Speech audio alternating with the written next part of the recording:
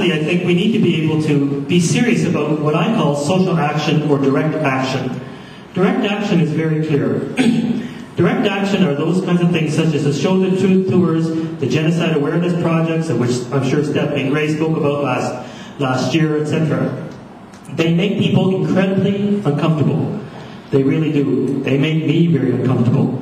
You see, if you're my height and you're on the Show the Truth tour with the big signs, you like those big signs because they're just come up to about my nose, you see. And that way I can have my hat and my sunglasses down to here and the whole bit. But the problem is they always give me a smaller sign, see, so they can see my collar, right? And that's it.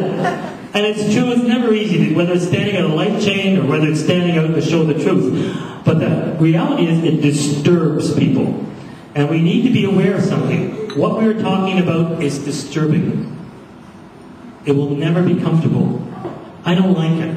I haven't liked being in the pro-life movement for 35 years.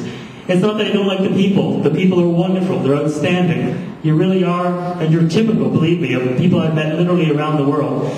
But it's a pretty depressing thing to think about for all this time, isn't it? The world needs to be able to be disturbed. We need to be able to say, this is still the reality of what it is that we are trying to battle against. This is the matter against which we are contending constantly and sincerely. And that means that we need to be able to mobilize our churches.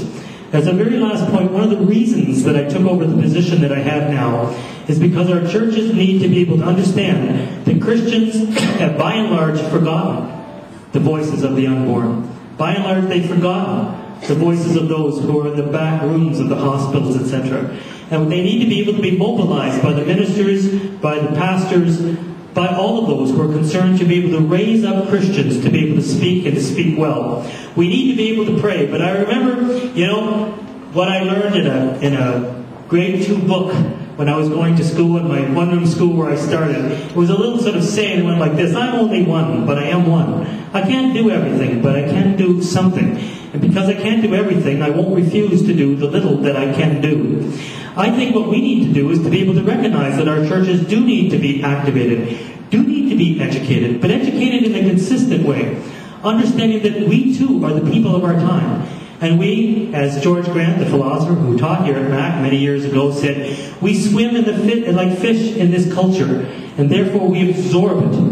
And therefore we need to be able to be people that can stand out to be countercultural, but to be able to give the assistance to those ministers, those priests, those bishops, those lay activists within our parishes and our churches, so that they can be able to reach the hearts and indeed the minds of the people with whom they are worshiping Sunday after Sunday.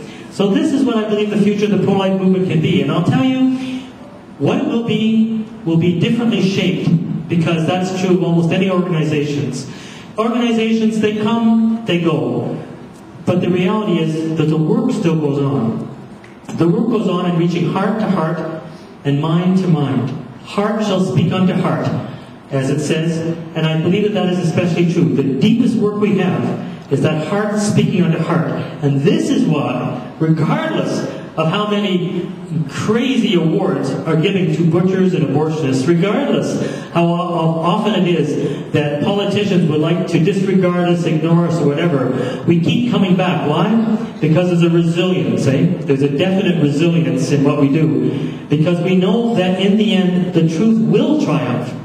I have always thought it remarkable that those people who labored under communism still were able to keep their hope, because it was a hope not born of a human condition, but born of the certainty that Jesus Christ has never called us to do a work and never left us without the tools to do the work. Different tools, it's true, but they're all still tools which will be effective if we are able to put our hand to the plow and to not look back. When the Jews came back from Babylon, it looked tough. It really did. It looked tough. But in the book of Nehemiah it says, they built up the walls of Jerusalem with a sword in one hand and a trowel in another. We may be able to have the sword of righteousness, but let's be able to recognize that within that other hand, we bring forth everything that is necessary to be able to have the firmness and the solidity of the foundations of a culture of life which will never be defeated.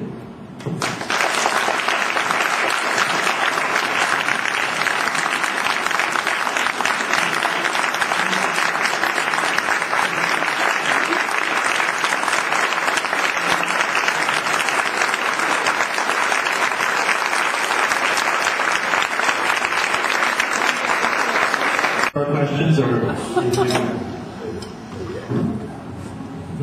Yes. Are there any think tanks that exist now working in this? There are no think tanks that are existing now in Canada, and in fact, I think one of the things we have to look at is that because the political situation has changed so radically, and you can thank Jean Chrétien for that, because it's changed so radically and it's not going to go back to the way it was, we need to be able to understand that all the political parties are scrambling like crazy. Now, in the United States, with the shifting that has been happening in the last, well, really approximately 16 years, think tanks have sprung up like mushrooms.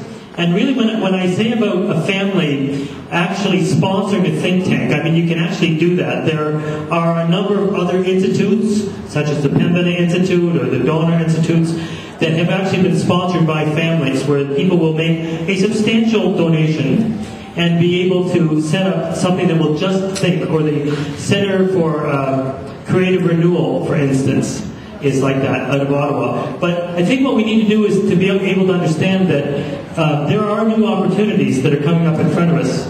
People were shaking their heads a bit when I said you can thank Jean Chrétien for the changes in political politics. Do you know what I mean? No. One of the more interesting things is that when the parting gift of Jean Chrétien to the political parties of Canada was that he cut out corporate and union donations. Well, actually, he cut things down to only $5,000. And then Stephen Harper came in and basically said it's only going to be $1,000 and cut out all corporate and union donations. You realize that what this has done? It's completely going to transform the New Democratic Party, for instance, because the New Democratic Party at conventions has certain numbers of seats and votes that are dedicated to unions. If unions can't give you any money, and unions can't give you any kind of workers, the numbers of workers are pitiful, and they can't give you votes, why should they have unions be involved? And if the Liberal Party, for instance, right now, can't raise money, the Liberal Party in the last election has got hammered financially.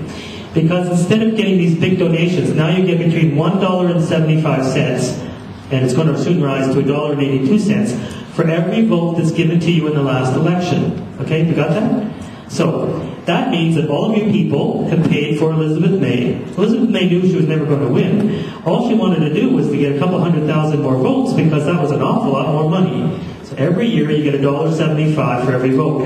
Elizabeth May has suddenly become a force, as has the Green Party. The NDP couldn't have cared less about Jack Layton becoming Prime Minister. What they wanted was to increase the numbers of their votes to increase their money. The Liberals are really bad at fundraising. They cost them 53 cents to raise every dollar they raise. Okay? They only have about somewhere in the neighborhood of 8,000 to 9,000 donors, whereas the Conservatives have 100-something thousand donors, and it only costs 19 cents to raise every dollar that they raise. So we've seen a sea change in Canadian politics, but it means that little parties, the Christian Heritage Party, gets money for every vote you give them. So if you're in a totally, at-loss place, you can actually park your vote and give people money. So it's changed the nature of politics. All of a sudden, the Liberal Party can't even afford another Liberal leadership convention. One reason why Stéphane Dion couldn't leave is because he's broke. He's totally broke. Okay? And now they're going to have to raise another $1.5 million for a leadership convention that they're going to hold in Vancouver, which is crazy. And so all these people who should be giving money to the party are going to have to spend money just to go to the party the party's having.